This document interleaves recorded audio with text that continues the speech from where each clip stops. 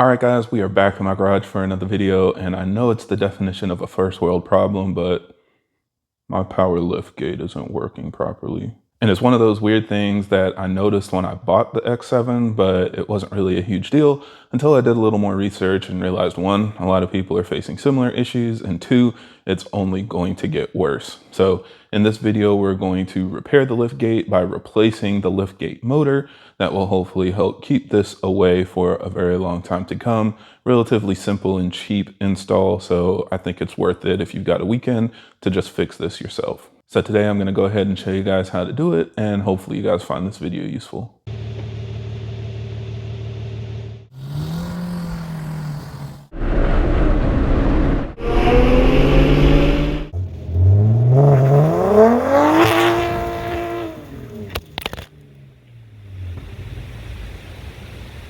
So here's what's actually happening. So when I open the trunk, the upper tailgate works properly, but the lower tailgate gets stuck. I push the button and I can hear it unlatch, but I see it just try to move slightly and it never really fully opens. If I give it a little bit of a nudge, then it can finally open all the way up, but then it gets stuck in the open position. So pushing the button again does nothing. I hear it try to move, but it doesn't actually lift up the tailgate. I have to give it a little bit of a nudge to help, and then it will finally close. I've also seen, like I said, that it's a fairly common problem. This is a common part on both X5s and X7s. And if it gets worse and worse, it'll get completely stuck and won't open or close at all. So this is something that I wanted to fix before it gets worse. At this point, it's basically just a weak motor, but potentially it could completely fail. So to replace the motor, the first step is to remove these buttons on the trunk.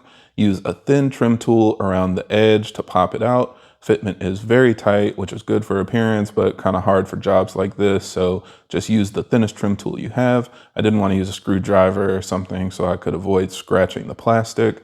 But once you do that, pull out the switch, and then there is a connector on the back that you need to squeeze and unplug. Then just set the button off to the side.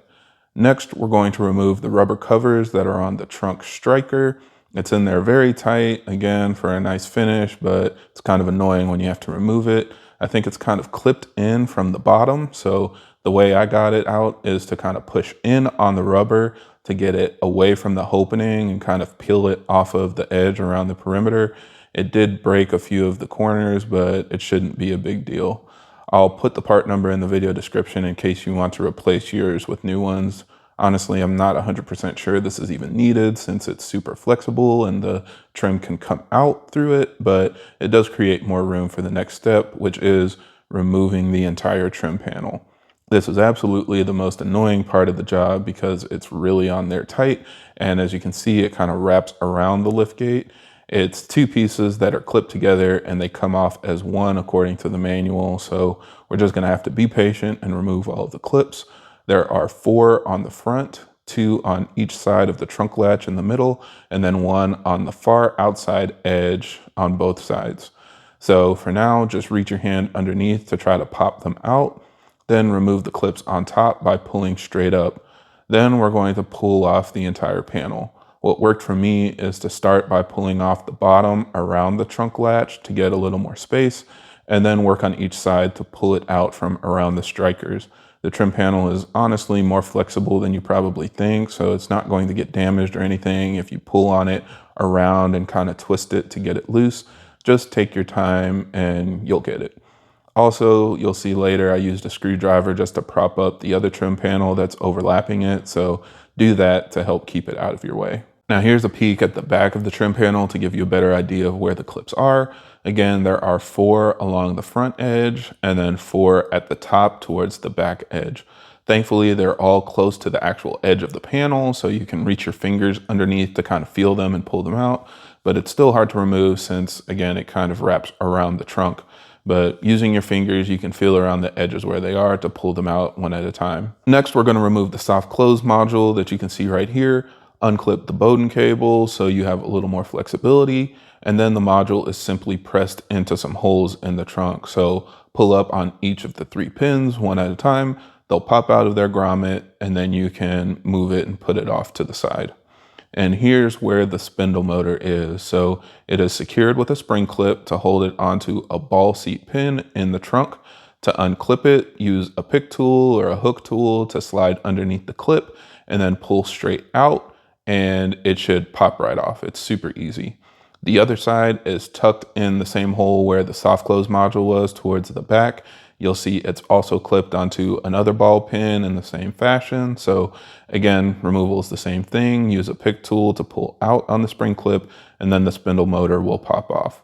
Then the last step is to unplug the motor, pull the body harness connector straight out. There's no tab or anything. You just need to squeeze and pull, and then unclip the motor connector from the trunk using a trim tool to pop it out of its hole.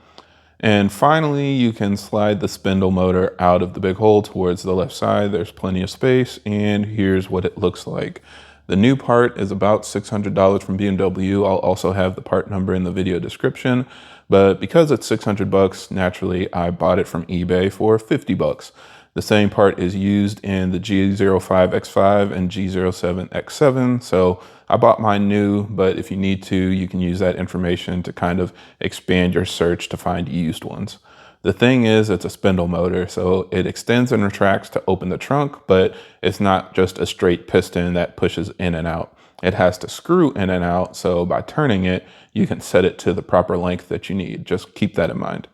So as always, reinstallation is just the reverse of removal. Feed it in from the left side, plug it back into the body harness, and then clip the connector back into the trunk in the same slot it came out of.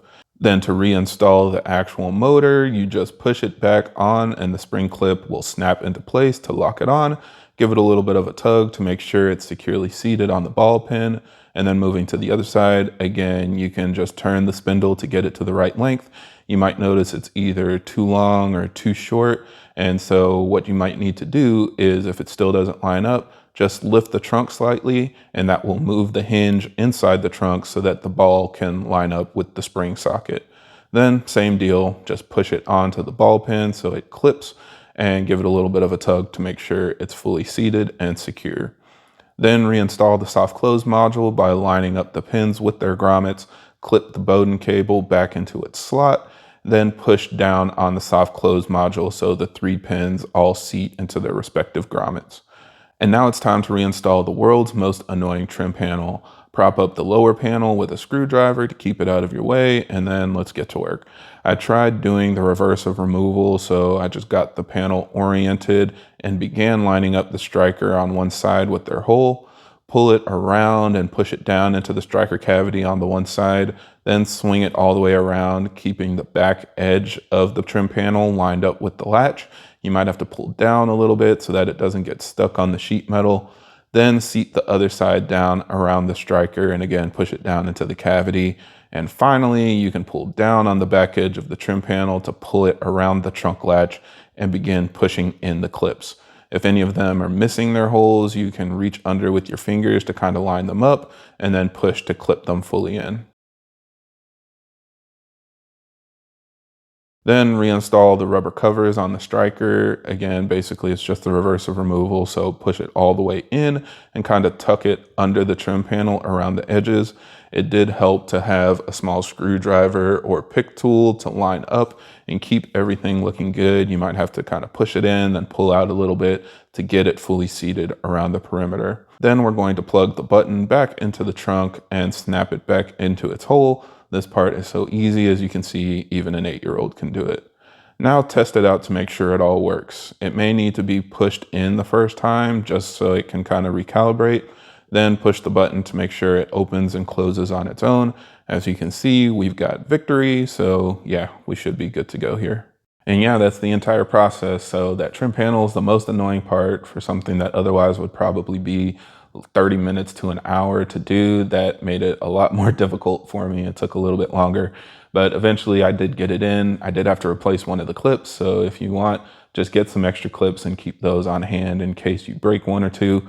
But otherwise, fit and finish is just like before. You can't tell it's been worked on, but the trunk just works much, much better than it did. It has a lot more power, and if I ever need to replace it again, it's nice to know it's just another $50 part. So keep that in mind. This is something that should otherwise future-proof your car. Let me know if this is an issue that you guys are having and how you got around with getting the replacement done.